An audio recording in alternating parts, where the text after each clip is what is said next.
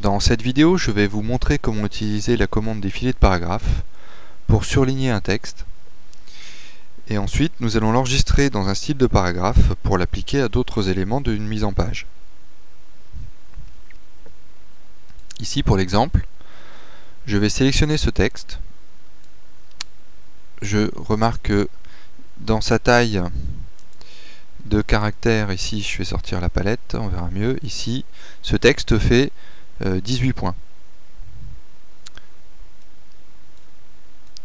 Donc je vais ici cliquer dans la palette des paragraphes, sur le petit menu qu'on a ici, et prendre la commande filet de paragraphe. Ici je vais utiliser un filet au-dessus.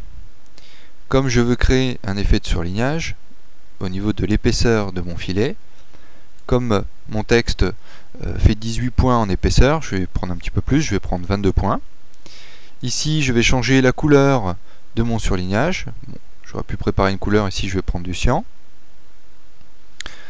Je peux choisir éventuellement le type graphique pour le soulignement, teinte 100%.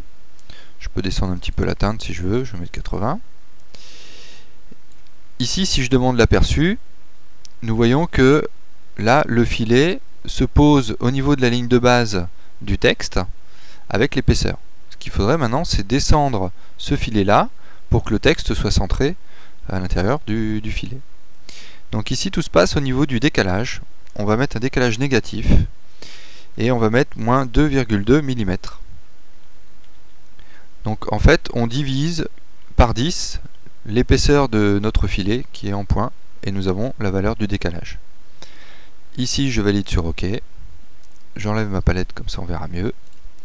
Et ici, j'ai bien mon texte qui est surligné en bleu. Alors, on va pouvoir peaufiner un petit peu cet élément-là. Donc, ici, ce texte-là, je vais plutôt le mettre en blanc, ça sera plus joli. Voilà. Et je voudrais décaler au niveau du retrait. Donc, je vais aller dans les options de paragraphe. Ici. Et là, j'ai mon retrait de paragraphe. Donc nous voyons que le retrait de paragraphe n'influe pas sur le retrait du filet. Alors petite parenthèse, on peut régler un retrait au niveau du filet. Si vous voulez choisir les retraits de filet, ici vous avez ici retrait à gauche ou retrait à droite.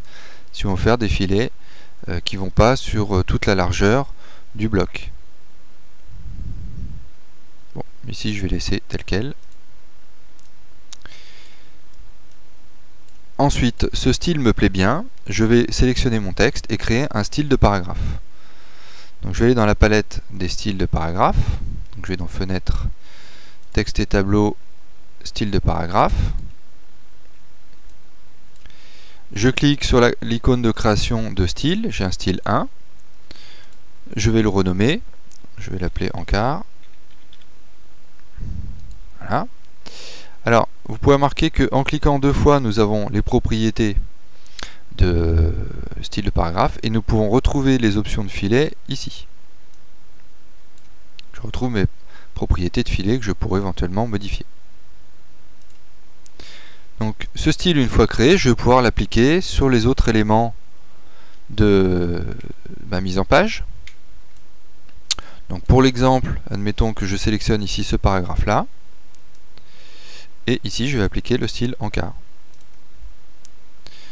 Donc évidemment, ici, nous avons uniquement la première ligne de surligné, puisque l'épaisseur est de 22, et la deuxième ligne de texte ici n'est pas prise en compte. Il faudrait donner un filet plus important. Donc ici, c'était juste pour vous montrer pour l'exemple, à l'intérieur de cette mise en page, ça n'a aucune vraiment valeur. Ici, si je sélectionne ce texte, là je vais enlever cet élément là, si je sélectionne cet élément là, je peux appliquer ici l'encart. Donc évidemment, comme la police est très très grosse, ici ça me casse un petit peu toute ma mise en page. Je peux éventuellement, en cliquant deux fois dans mon style, aller modifier dans format de caractère de base, éventuellement le corps ici de mon texte. Je peux mettre un peu plus faiblement, donc à ce moment là il faut que je règle un filet un peu plus un peu moins important, je vais mettre 18, donc je change le décalage, 1,8, et je valide sur OK. Donc ici, vous voyez que tout de suite, nous avons le style qui s'applique automatiquement à mes éléments, donc ça c'est très très important.